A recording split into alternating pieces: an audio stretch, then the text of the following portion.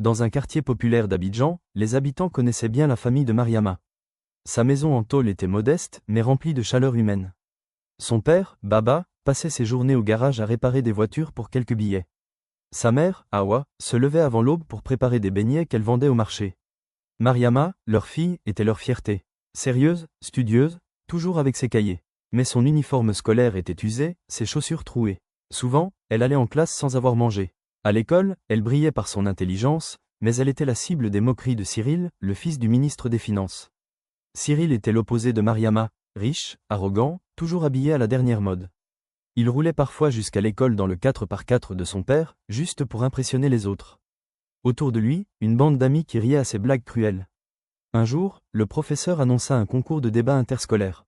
Mariama leva timidement la main pour proposer un sujet. Cyril éclata de rire. « Toi, la fille du mécanicien, tu crois pouvoir parler devant des gens? Rentre vendre des beignets avec ta mère, là tu seras championne. » La classe éclata de rire. Mariama sentit ses yeux brûler. Mais au lieu de fuir, elle serra ses poings et répondit. On ne choisit pas où on est. Mais on choisit ce qu'on devient. Un silence lourd envahit la classe. Même le professeur resta figé. Mais Cyril ricana encore. On verra bien si tes beaux mots paient tes factures. Mariama rentra ce soir-là en larmes. Sa mère l'accueillit, inquiète. Maman, pourquoi ils se moquent de moi? Pourquoi je ne suis pas née comme eux? Sa mère l'enlaça doucement et dit. Ma fille, écoute bien. Le diamant est toujours trouvé dans la boue. Mais quand il brille, personne ne se souvient de la boue. Brille, Mariama, brille un jour, et fais-les regretter. Ces paroles allumèrent une flamme dans son cœur. Mariama passa ses soirées à étudier à la lumière d'une bougie. Son père n'avait pas les moyens de payer l'électricité régulièrement. Mais elle ne se plaignait jamais.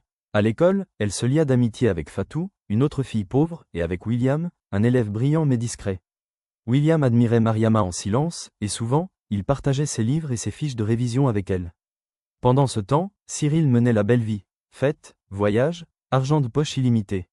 Il copiait aux examens, soudoyait certains professeurs. Son arrogance grandissait. Puis vint le grand défi, le baccalauréat. La tension était immense. Mariama pria longuement avant d'entrer dans la salle d'examen. William lui glissa discrètement, « Courage Mariama. Toi et moi, on va réussir. » Cyril, lui, trichait avec ses antisèches. Quelques semaines plus tard, les résultats furent affichés. Une foule s'agglutina autour du tableau. Soudain, un cri retentit. « Mariama. Elle est première du pays. » Elle s'effondra en larmes de joie. Son père la souleva, sa mère criait de bonheur. Elle venait de décrocher une bourse d'études pour l'Afrique du Sud. Cyril, lui, resta figé. Son nom n'était pas sur la liste. Il avait échoué. Son père, furieux, l'envoya dans une école privée à l'étranger. En Afrique du Sud, Mariama découvrit une nouvelle vie. Au début, ce fut difficile, langue étrangère, solitude, manque d'argent. Elle travailla comme serveuse le soir pour payer ses besoins. Souvent, elle pleurait en silence, mais jamais elle ne renonça. Elle trouva une mentor, une professeure qui remarqua son talent et l'encouragea à continuer. Peu à peu, Mariama brilla dans ses études. Pendant ce temps, Cyril sombrait. Envoyé en Europe par son père, il tomba dans la drogue, l'alcool et les mauvaises fréquentations. Les boîtes de nuit devinrent sa maison. Il dépensa des fortunes, trahit la confiance de son père, et finit par être arrêté une nuit après un accident de voiture.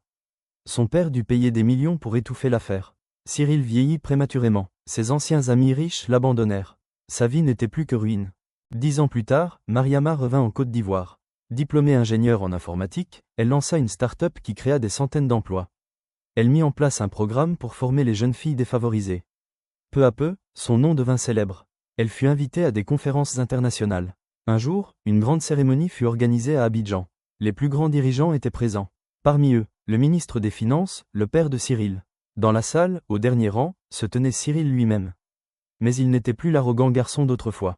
Vieilli, fatigué, brisé. Quand Mariama monta sur scène, élégante et confiante, la salle entière se leva pour l'applaudir. Son discours fut puissant. L'avenir de l'Afrique ne dépend pas de nos richesses naturelles, mais de nos enfants. Investissons dans leur éducation, croyons en eux, et nous verrons un continent debout. Les applaudissements résonnèrent. Cyril, les larmes aux yeux, se leva timidement et s'approcha d'elle à la fin. Mariama, je suis désolé pour tout. J'étais aveugle, arrogant, j'ai perdu tout ce qui comptait. Mariama le regarda longuement, puis, avec un léger sourire, elle dit, la vie est une école, Cyril. Moi, j'ai appris à travers la douleur. Toi, à travers la perte. Mais il n'est jamais trop tard pour changer. Cyril baissa la tête. Quelques mois plus tard, Cyril commença à travailler dans une ONG. Il avait enfin compris la valeur du travail et de l'humilité. Mariama, de